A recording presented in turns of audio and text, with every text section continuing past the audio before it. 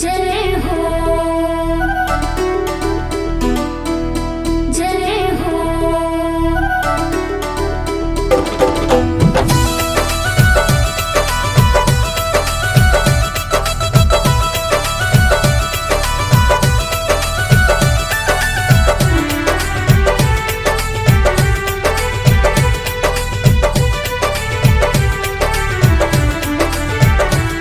जय हो जय गणपति महाराजा, रिद्धि सिद्धि के तुम राजा।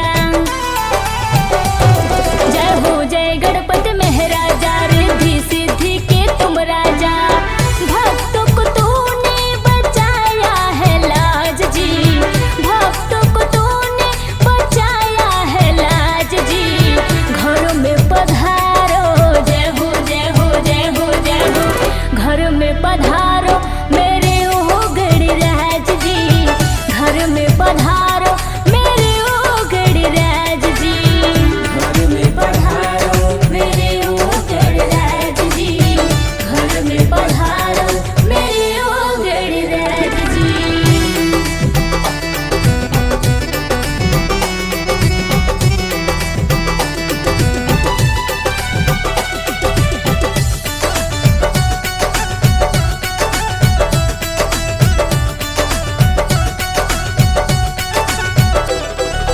कष्ट में जब जब भक्त पड़े तब तुम उपकार किए हो। खाली नहीं गया कोई दर से, सबको दान दिए हो, सबको दान दिए हो, सबको दान दिए हो। कष्ट में जब जब भक्त पड़े तब तुम उपकार किए हो। खाली नहीं गया कोई दर पे, सबको दान दिए हो, सबको दान दिए हो, सबको दान दिए हो।